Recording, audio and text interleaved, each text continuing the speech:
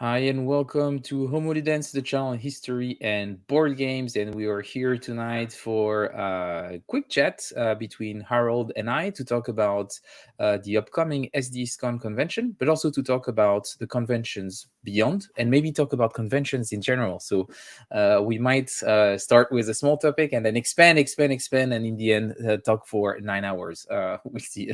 My wife will not permit it, but yeah, I think it could be fine. And I see that there is a few of you here in the chat tonight, so thanks for joining us. And of course, as usual, when it's a stream, oh, Brand Patrick, very mature. I like this. It's really good.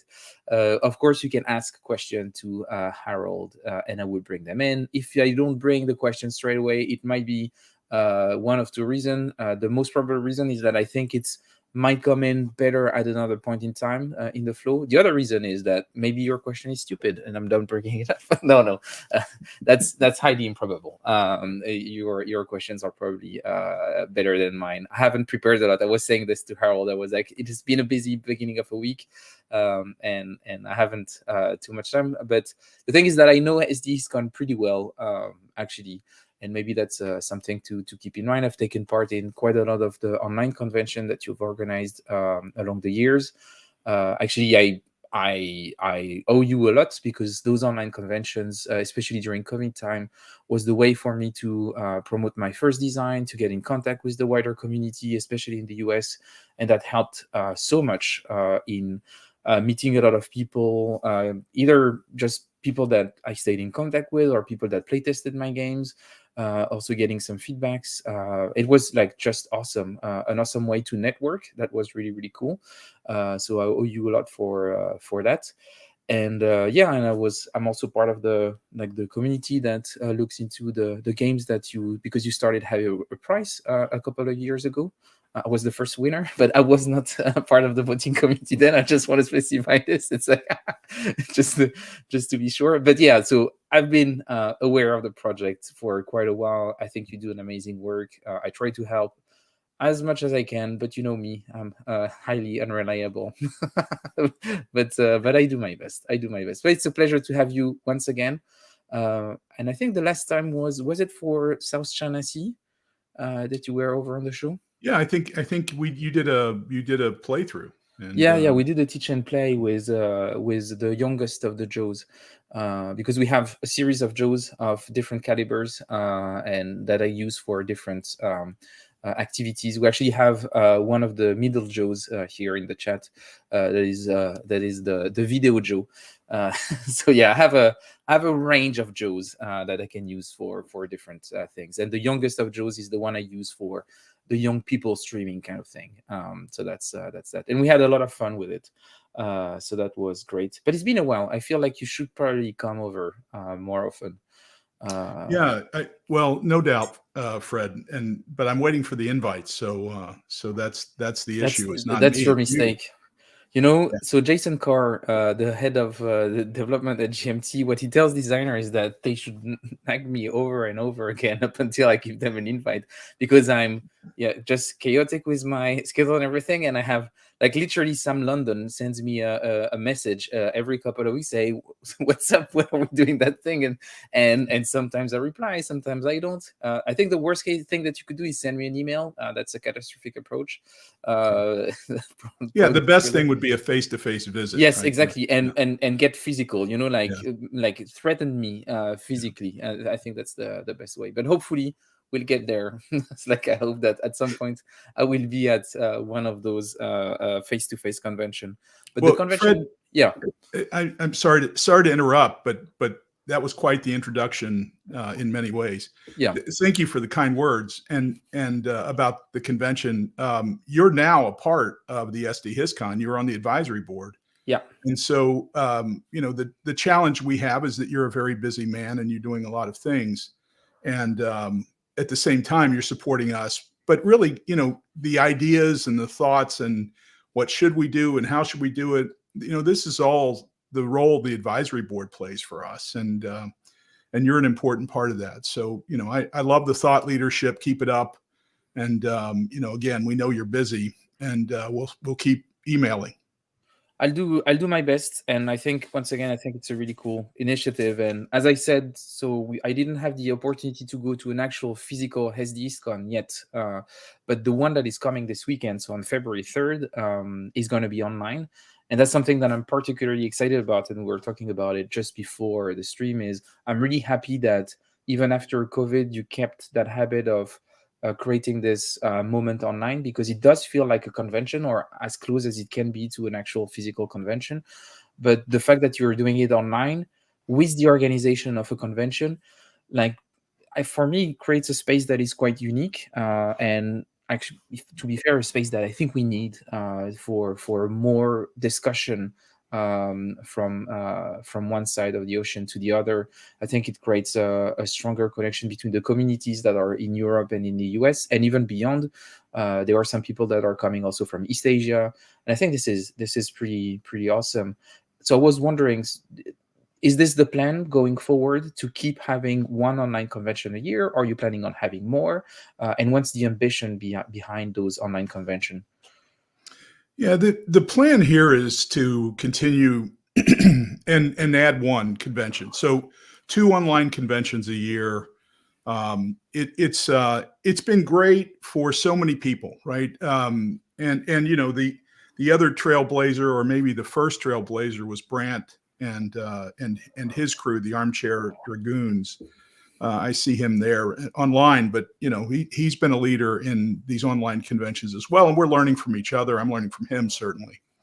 And the idea that came up during COVID was, let's get together nonetheless, right? We can't physically get together, but we found a number of things that were kind of interesting, right? One was that there are a group of people that either can't or don't want to get together with a large physical in face to face with a large group of people. And so it's been great that there are people that can now participate in a convention where pre-con they didn't. Hello, Mark Herman. And so that's nice, right? And interesting. And there are a host of reasons why people can't or choose not to attend. And it's great. I'm excited that we're pulling these people in and giving them an opportunity. It's also kind of cool. The other thing we've discovered is that these online conventions have a different feel to them. For example, the great Mark Herman is going to present strategy for Empire of the Sun. That's Yeah. one of the events, right? One of the hottest events. And you see how he made his presence known. So he wanted to apply a bit of pressure on you. He say, Harold, be careful. I'm listening in. Now I'm waiting for the compliments, and here they come. He's using the force. Yes, he's using exactly. the force. And the cool thing about that is we can have 50 people in a room with Mark demonstrating strategy on Empire of the Sun, and every one of us be looking over his shoulder as he plays, right? This is something we couldn't do in a face-to-face convention. We have tons of people that surround Mark Herman in the physical conventions, but there's a limit to how many people can really see what's going on and hear Mark. But in these events, we can, 50 people is a piece of cake. So that's a capability that we just don't have in a physical con that makes the online con different. The other thing that's cool, and one of the things we did this year, or this convention, was Edgar, who's the technological brain behind all of this, said why do we make these events so that you can't go between them? In other words, if you schedule an hour event, then you have to be there. You can't go to another event during that time. Yeah. But there's no reason to force that rigidity on attendees. So this year, you can get tickets for whatever you want. And that's a nice indicator for whoever's organizing the event as to who's coming, how many's coming, that kind of thing. But the reality is that it really doesn't matter. If you want to pop in the middle of Mark's presentation, it doesn't disrupt Mark, right? Whereas at a physical convention, it does.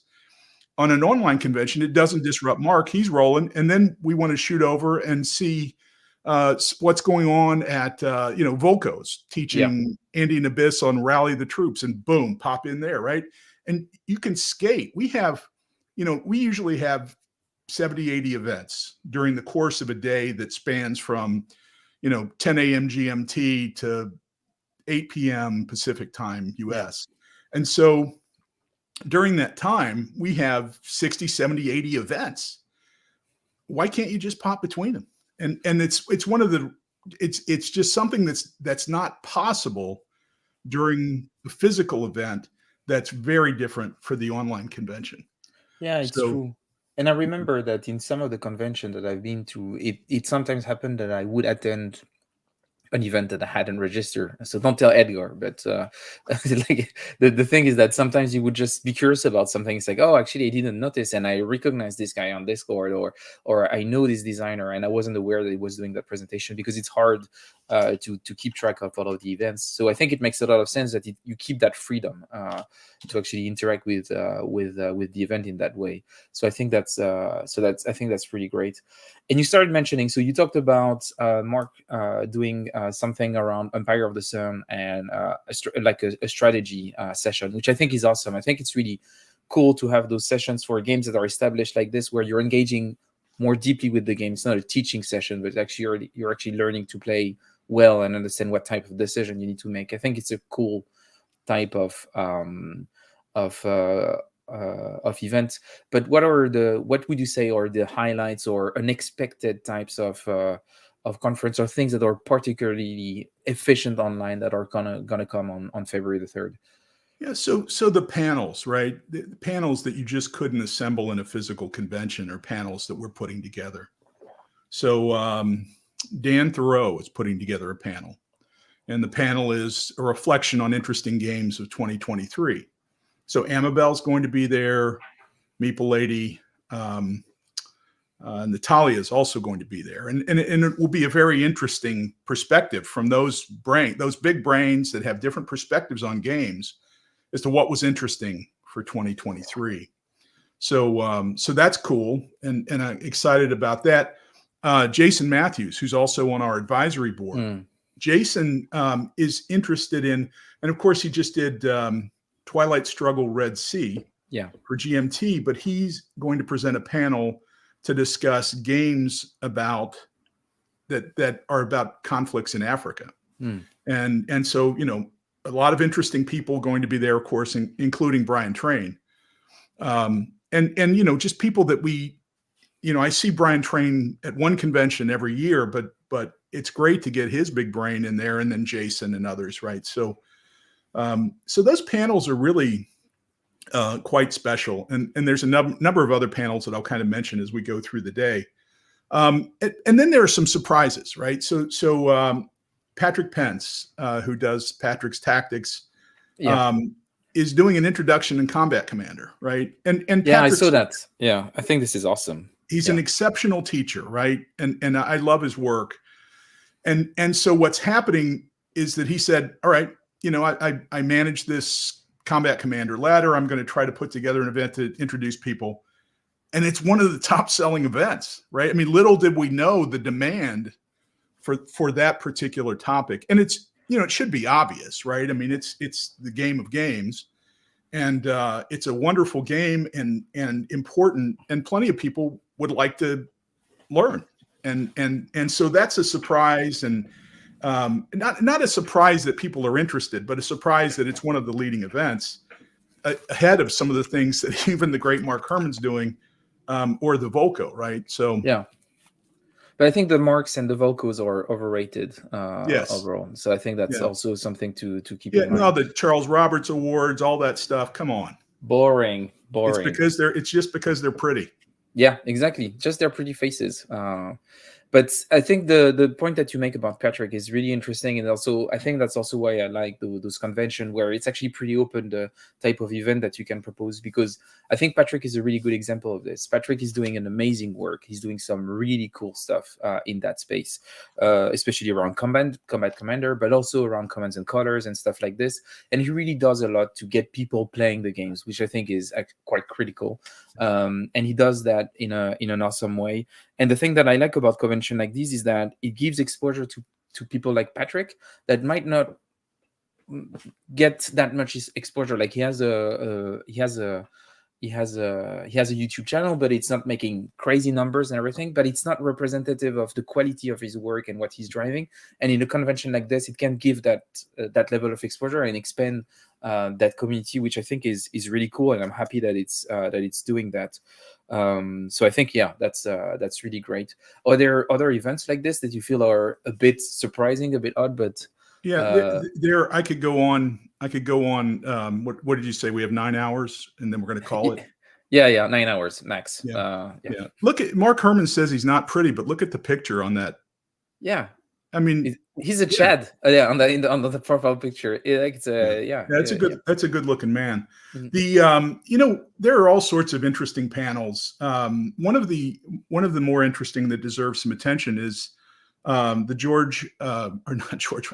My daughter went to med school at George Washington, so instead of Georgetown, I say George Washington. But Georgetown University Wargame Society is going to present a panel of games that three of the students are working on, and I think Joe Schmidt's going to moderate it, who's on our team. But it's a cool chance to see some of the things that professional wargamers, right? Students that aspire to be professional wargamers are working on. And, the Zenobia, between those two organizations, we try to get as many of those designers in as we can. The Zenobia cycle isn't right for this convention, but in June, right, we'll have a limited number of Zenobia 2 contestants that will be vying to win the competition. And, hopefully we'll be able to show off some of their work. And those are just great opportunities. Yeah. The prototypes in general, this is just such a great way for people that are working on games, and even small companies, right? We have a handful of small companies, including some European companies that are trying to promote their game. And so, boom, they set up an event, very easy to do, right? And it's cheap to get here. And then people will be curious. And so out of 200, 250 attendees, they'll get 5-10 people come and look at their game. And that's a really a unique opportunity for engagement for many people. Yeah, it's highly engaged people also. So then after that, you have, if it's a good demo, the word of mouth that comes out of this. Yeah, it is a great platform that is way more affordable than a regular convention. Do you have a couple of examples of European publishers? I'm always on the happy to mention smaller European publishers on the channel, so I'm gonna poke you to see if you have let me see if I can get you names and pronounce them poorly as any American should. Yes, let's do that. Uli Blenneman is going to be there, right? So Spielworks, and so I hope I pronounced that properly. Spielworks is going to be there with a couple of events.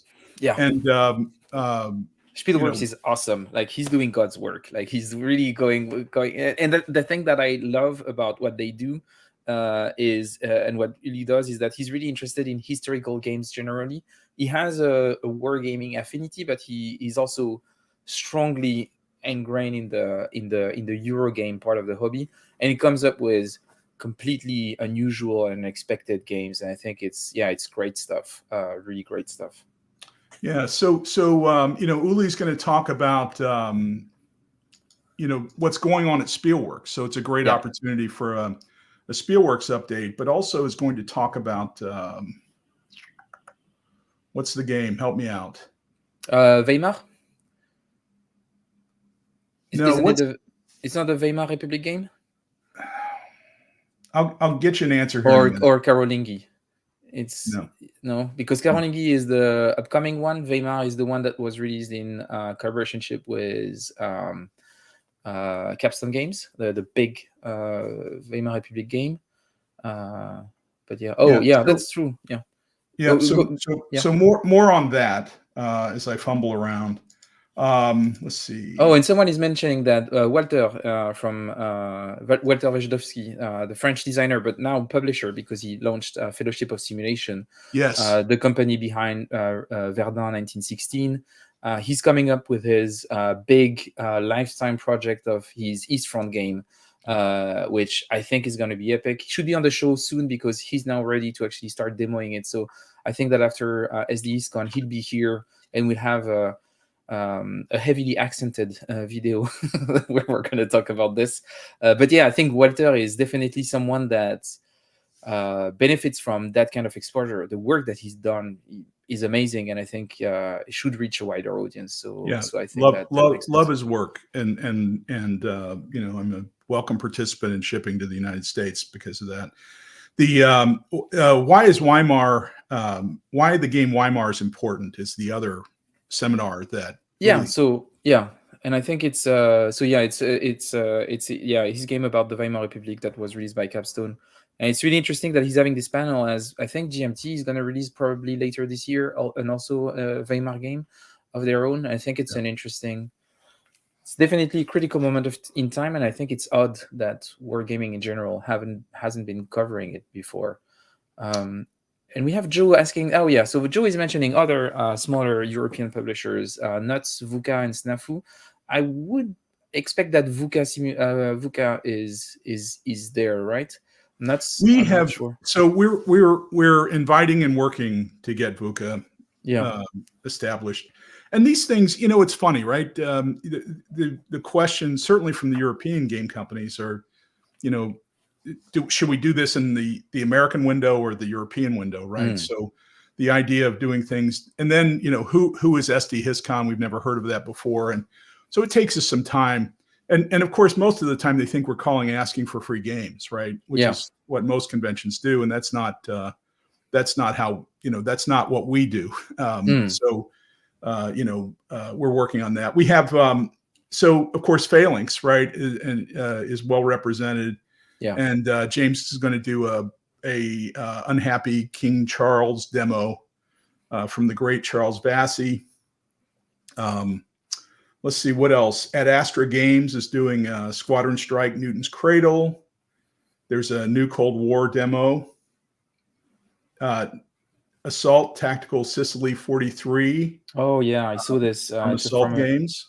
From a German company. It looks super interesting. A super interesting system. I think it was from the. I saw a video. It's the Player's Aid that has been talking a lot about it and raving about it. So it's really cool that it's also getting more direct exposure.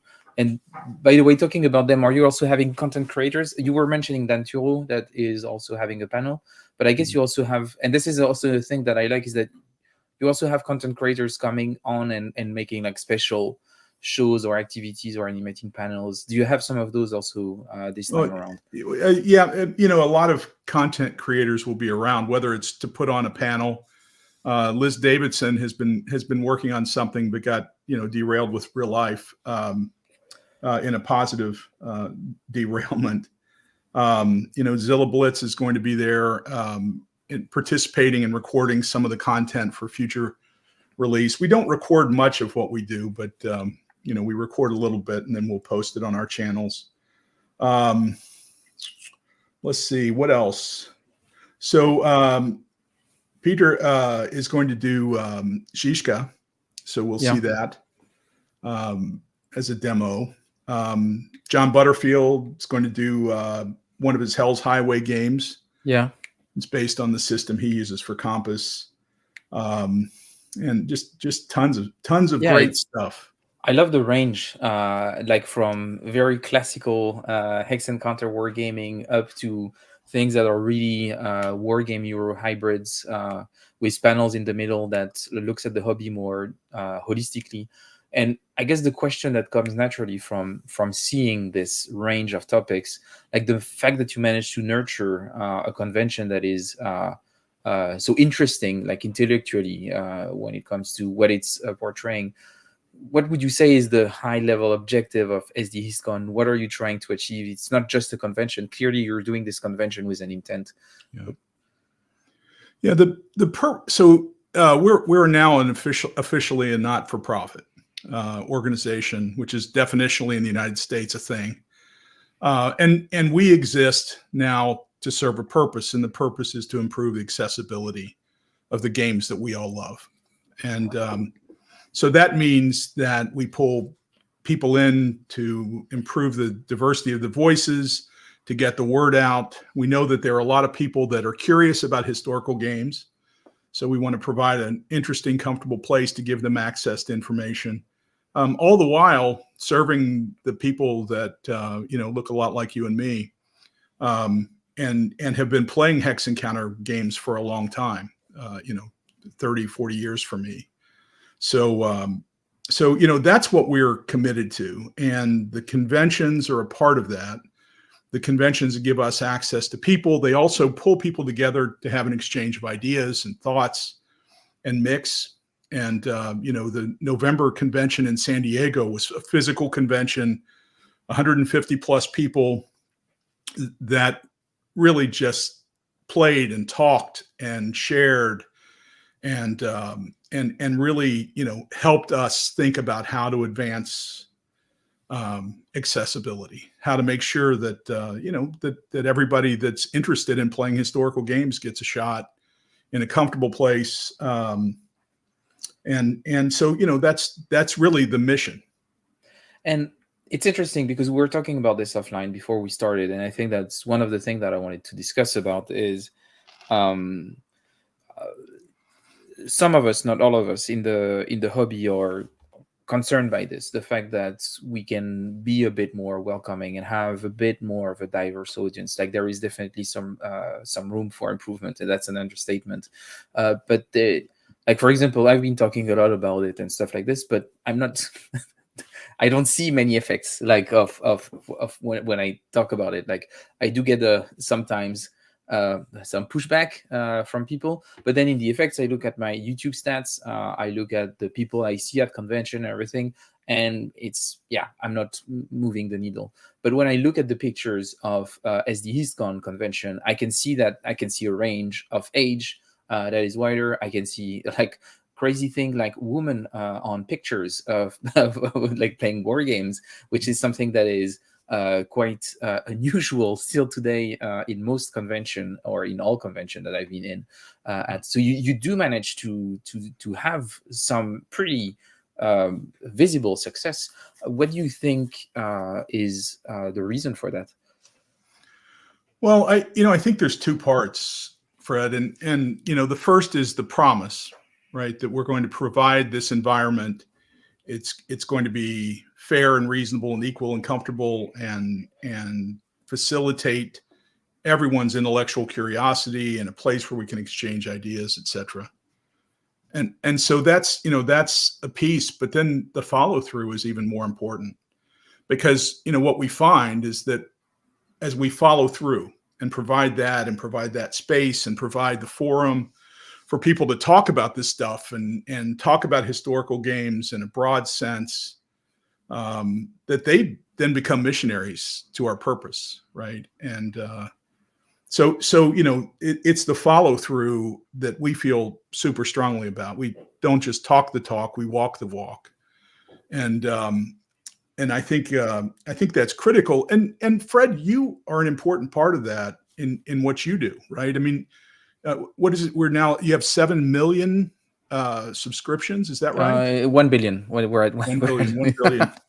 But still, that's a meaningful 1 billion white men. This is yeah, but and sure, there's some that don't like when we talk about bringing others in, but the truth is most people love your message and love the message of SDHistCon and are wonderfully supportive and come to the events and support the organization and support you. And your stature in the hobby helps all of us that share kind of the common goal of accessibility. And on this point, I would like to bring a question, because it's often a question that I hear when I talk about those topics on other platforms. People ask, but why do you even care about this? What would it change? And so I have my opinions on it, but I would be curious to hear from your perspective, from the perspective of someone who's been organizing convention and had success in that part. Why do you do this? Why do you think it's important? Well, a lot of this thought process comes out of some discussions Volko and I had when we were first talking about the idea of Zenobia Award, right? So how do he and I got together and say, well, geez, how do we advance the ball, right? How do we create, and why do we want to do it, right? And the answer is, and you know, a lot of this spurred with a discussion I had with Ananda Gupta about designers, right? How do we get more designers with more interesting topics, with different backgrounds, with different perspectives into this, right? And I love World War II games, and I love Civil War, and I love Napoleonics, but there's so much unplowed ground in the world and in history that, you know, I'd like to see some games about it. And so, you know, the question I had for Ananda was, how do we get more designers? And Ananda said, Harold, designers come from players. So, you know, you can't create designers without creating players. And so, you know, so at that point, you kind of realize that, well, it's not just about designing historical games. It's about giving people accessibility and getting them interested. And so, you know, what we're seeing is we pull people in, this intellectual curiosity, and suddenly, you know, I have a game on the Haitian Revolution, or I have a game on conflict in Africa that hasn't been touched, and you know, I have a game on a bit of history related to social issues in England, you know, 300 years ago, right? So then we see a Molly House, and it's, you know, to me, that's what's fantastic about it, and why we want it. We want more players because we want more games, and the designers come from the players. That's a really good point. I love that angle, because we often say this, like you start as a player and then you become a designer by it's a passion thing, because there's no money in historical game design. But this point about, well, we have to start from the base and not try to convince people to design game, but convince people to play, get them hooked, make them see the potential, and show them, well, you can tell it super interesting stories that are personal to you that are not represented in that way. I think that's a great way of seeing it. It makes me think of I was, when you were talking about this and you were talking about Haiti and everything, I was also thinking about something that I think people also maybe miss out, but there's this initiative in the UK that has been existing for a while. It's a collective called Class Wargames. They released a book a couple of years ago, and it's a group of people who are, I would say, more politically active, as you can guess from the title of the book, but that like regroup themselves to play war games on a regular basis. It all started from playing Le Jeu de la Guerre by Guy Debord, but they also play like classical war games. And the thing that I like about them is that in a way they sort of politically subverted a classical system like Commands and Colors Ancients to have some scenarios dedicated to Spartacus, Commands and Colors Napoleonics, where they actually do scenarios specifically on the Haitian Revolution. And they show how actually even systems that are established can be used to tell different stories. And I think it's something that I like, the fact that conventions or events are promoting this fact, the fact that actually this is a tool and you can use it to say so many things, and just more people should be using it for everyone's benefit in a lot of ways. So that's and look at, you know, the picture in the background, right, behind the two of us. Yeah. So on the right is Alex Knight, right? That's Land and Freedom, his game. Wonderful, interesting 3-player game. And who's sitting across the table from him but the great Ananda Gupta, right, playing his game. So you know, what an incredible. First of all, Alex is a great designer, and it's a great game, and it's very. But for him to sit across and play his game with the great Ananda Gupta, you know, it's this is what will flower from conventions. Yeah, and I think that behind me, here is Drew Werler. Yes. So the second half of Whirligig, the Cole's brother, that is also the working on the publishing side. So it's really behind Alex, you can see Cole. Oh yeah, I can see. Yes, I can see his a tiny bit of his face, but I think it's interesting to see that those networks being built and those connections being made. And I think this is one of the, what I would say is probably what I see as a big success of your initiatives, whether it's SDHistCon, whether it's the prize that you give every year, or in a more direct way, but not maybe as directly connected, the work that you do on the Zenobia Awards. Everything goes in the same direction. It feels like you have a specific point of focus, but you try to go at it from different angles. And I'm thinking the natural question to that is, do you see other angles of attack for the future, or you're going to focus on those three angles: a price, a convention, or convention with everything that's behind, and then get people into game design with Zenobia? Do you see any other dimensions that you can approach to keep pushing that vision? Let me. So I don't know. Is the picture reversed? I don't know if you can read it, but there's a book. So it's not reversed. Yeah. All right. So The Art of Gathering by Priya Parker is a book that I read recently, and I picked it up on somebody's while visiting someone on their coffee table in their living room, and read it over the course of 2 days. And it really forces you to question why we have events and what the purpose of the event is. And then, right, who's at the event, who comes to the event, and then what do you do, and the role of the leadership within that. It's a wonderful book, and it's really changing my thought process. And I think that, you know, what I did as soon as I read it was send a copy to everybody that was on the board of SD and Fred, I don't want to pay European shipping, so you're going to have to buy your own. But yeah, I'll get it on myself. That's fine. but it challenges what we do and why we do it. So, for example, a convention is a convention. Why do we have a convention? Is it just about showing up and playing games? I mean, that's kind of the weak excuse for a convention, right? The reality is that and our convention in November is a wonderful opportunity for a very diverse and interesting group of people to get together and play games. So I believe on the right side of that picture is Matthias Kramer. Yes, that's Matthias Kramer, yeah.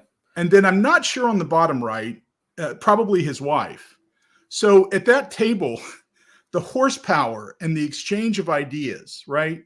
One of the brightest young designers is there with 3 or 4 established big thinkers. And so that's the purpose, right? The purpose of the event is to get us all together to think and brainstorm. You know, Jason Matthews was in the room, Mark Volko, right?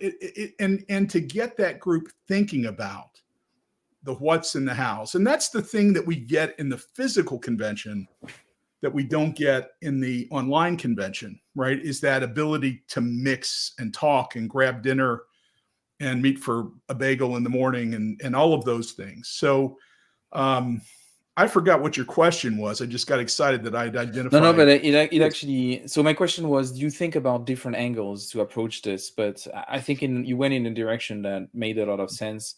And for those who wonder who's Matthias Kramer's wife is, it's Engin Kramer, who was the co-designer of The Hunt, which is a very unusual and interesting take on CDGs with a strong hidden movement mechanic.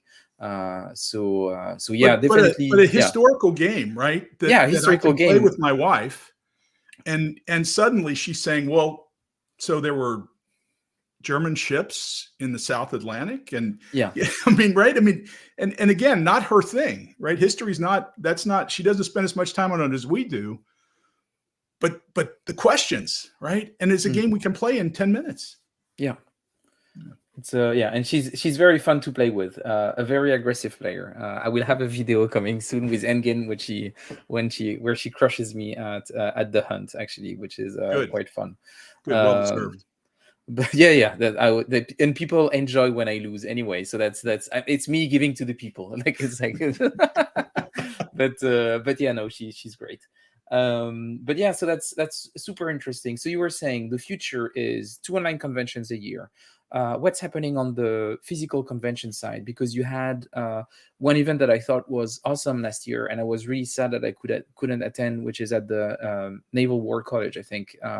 So is this going to happen again this year? Are you thinking about other similar types of events where it actually happens in a place that is also significant for the hobby. What are your plans around this? Yeah, so this year we'll of course have the Naval War College convention in August, second weekend. In March we should be putting out feelers for that. It's tight, so we have to, there's a limited number of people. The Mark Herman said Newport was amazing. It was one of the great conventions experiences of my life. The ability to spend a day looking at historical sites, right? Walking around the USS Massachusetts, a ship that was involved in the destruction of the French fleet in the Mediterranean, to the shelling of that doesn't sound fun. Yes, of Japan, right? And walking around that, and I've told stories about it, so I'm not going to bore you with it. But then that afternoon, we go to the Battle of Rhode Island, and we walk the walk, right? Walk the places that are on Mark Miklos' wonderful game on the topic. And then we go to the museum on the base, and we play amongst torpedoes and important papers and maps and pieces of things from Navy military history. And I got to tell you, it was just awesome. And frankly, I think we should really think about how else we can link the physical location, right? Just the joy of being in that historical space to a convention. It's something I've always wanted to do. I thought it would be Gettysburg or Saratoga first, but in fact, it's the Navy War College. Now, we've come to an agreement with the Navy War College where we're coming back, right? And they're going to continue to support us.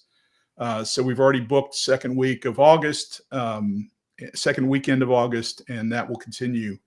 But I think I would like to do more of these on-site conventions where we mix the history with the outcome. And we have an important anniversary coming up in the U.S., which is the 250th signing, 250 years in the signing of the Declaration of Independence, or 250 years in the breakout of the war, whatever you want to do, 75 or 76.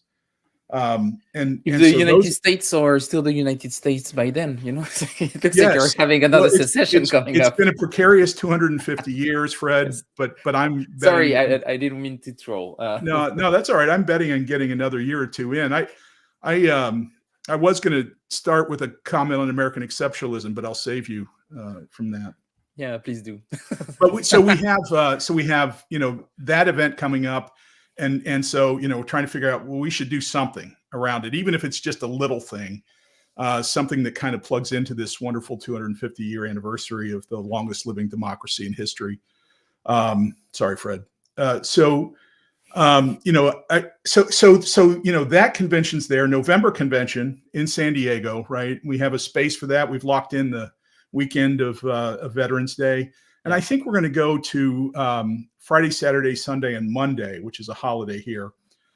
So four days of gaming fun in San Diego, and more to follow on that.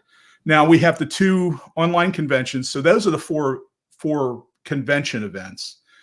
The other things that, of course, we do, Fred, that are not conventions, but of course, is the Summit Award. Yeah. So this is an award that, and the first winner of the Summit Award, of course, was this game called Red Flag Over Paris. Well done. And it's a game that supports our mission, right? That is encouraging. That's on a unique topic, and pulls in interesting new unique players and through your game. So congrats on that. Of course, Votes for Women was the winner this year, but a lot of great games that were nominated, and so we have a public-private partnership to pull that off. And I would say maybe one thing. So I was very proud to win it, and I was also especially proud to win the first one, because I'm thinking I feel like it might become a bigger thing in the future, and I would be able to say I won the first one. But just to say, one of the things I was the proudest of was to be in that list of nominees. And that's the thing. Like, I think the selection that you came up with, the 2 years where you did it, I'm like, whoa. It felt as a designer like an achievement to be next to those games, next to people like Amabel and things like this. I was like, it was very humbling, and I'm not sure I deserved the prize, but I was really happy to be on that list of nominees. That's for sure. That was quite something. And yeah, but this thing of having convention in place that have historical relevance, I think uh, captures my imagination and inspires me. And I'm thinking, do you consider that it could be an option? And I'm just thinking out loud, but that you could have like spin-offs of those types of events in other countries, because I'm thinking, like, for example, just picking a country at random here. In France, there is probably a few spaces where we could do some quite interesting conventions. I don't think it would be hard to find a place where we could do a nice convention in Verdun. I'm pretty sure that with some contacts in the French military, we might be able to do some stuff in places that are relevant for. In the French military. Might be hard to get into Les Invalides, but who knows? Like, if we don't try, we don't know if it's possible in Paris. And there is a lot of stuff that could be really cool, because I imagine like having a convention at Les Invalides and just having a quick ride at Musée des Plans Relief, when you can see those miniatures of citadels that they were working on to see how to besiege them and everything. That would be awesome. And no, Stuart would never go and do anything in Versailles. That's not that's not what we're talking about here. But yeah, so do you think that that's something that you would be open to? Because I think that could be super exciting to expand that. Yeah, what the thing I love to do more than anything, Fred, is talk to people and just try to generate ideas. And I've had some discussions about things in Europe, and I'm all for it, right? As human beings, right, when we're trying to put together events, sometimes we spend too much time planning, and we should just try it. And even if it's a small scale try, we'll learn a ton, and the second time will be much better. So, I'm up for it. We're up for it. I don't know how many U.S. attendees we would get. I don't know how many SD HistCon crew could show up, which is kind of a weakness of a European event. But we could help, we can support, we can be a part of it, and I think it's a fantastic idea and opportunity. The easier to get to, the better, right? So Paris, London are easier. The single hardest thing, Fred, is the venue. Finding a venue that will do it for a reasonable cost to the attendees is really the key to everything. Yeah. And this is where I'm thinking that London is already out of the question. In London, everything is too expensive, and no one will do it out of pure interest. They just love money too much here. But I think that probably in France, depending on where they don't love money. No, they don't love money. They hate money, and that's the thing that we like about them. Yes, they famously hate money. But I think that there might be some options depending on what kinds of partnership you can do. And I think it's the same in the UK. If you have maybe more of a professional or academic setting and try to blend that mix, I think this is where you have probably more options here. And Connections UK has been running for a while. There is strong interest in the British military for wargaming, so there are probably some options here. There is this super interesting master's degrees of wargaming at King's College, so there are probably definitely some options for partnerships and things to think about. But yeah, Mark is saying that he'll come to Paris, and he will be in May in Coventry. So for those of you who don't know, Mark would be at PunchCon this year, and it's good that I'm announcing it because it's already there are no tickets left. So if you just learned that and you wanted to be here, well, tough luck. It's too late. But yeah, and yeah, Mark is saying Sandhurst is where they are doing the Connections UK.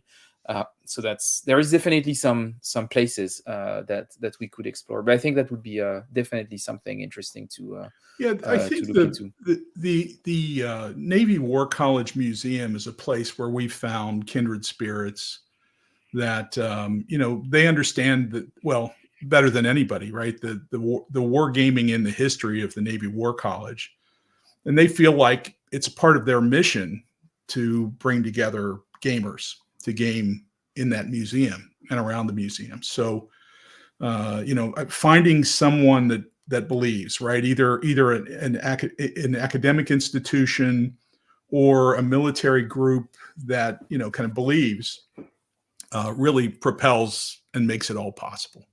But that's a good finishing note. My question would be now, for people who are watching us online that are not registered to SDHistCon yet, is there still tickets to buy, or is it too late? And if there are still, what do they need to do if they want to attend the convention?